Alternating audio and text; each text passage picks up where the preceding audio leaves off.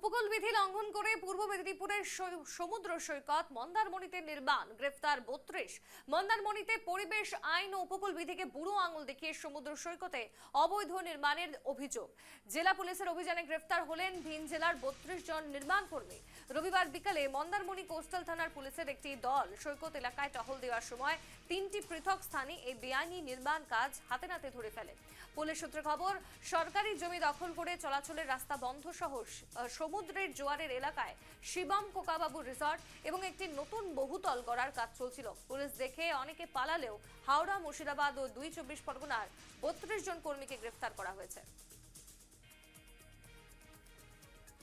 যে পার্ট যেটা আমাদের অবৈধ নির্মাণ আমাদের সিআরজেড এলাকার মধ্যে যেটা আমরা চালাচ্ছি অভিযান, যে part of that Mandarmani coastal থানা এলাকায় স্পেসিফিক অভিযোগের ভিত্তিতে দুটো কেস এই লাস্ট 3-4 দিনের মধ্যে রুজু হয় এবং তারপরে মন্দারমণি থানার তরফে 32 জনকে অ্যারেস্ট করা হয়েছে এবং আমরা তাদেরকে কোর্টের কাছে আমরা ফরওয়ার্ড করেছি।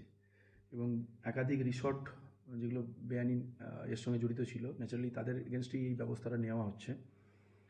তো যেটা আছে যে আমরা ওই এলাকার যেগুলো রুল এবং নর্মস আছে, যাতে এটা আমাদের একটা রাজ্যের মূল আকর্ষণ এই পর্যটন এরিয়াটা, তার যাতে সুস্থ স্বাভাবিক পরিবেশটা বজায় থাকে তার জন্য আমরা সতর্ক থাকব। এবং এক্ষেত্রে বারবার আমরা অনুরোধ করেছি, এরপরও যদি কেউ সেটাকে মান্যতা না দিয়ে উল্লঙ্ঘন করার চেষ্টা করে, হুএভার ইট ইজ, তার এগেনস্টে আইনানুগ ব্যবস্থা নেওয়া।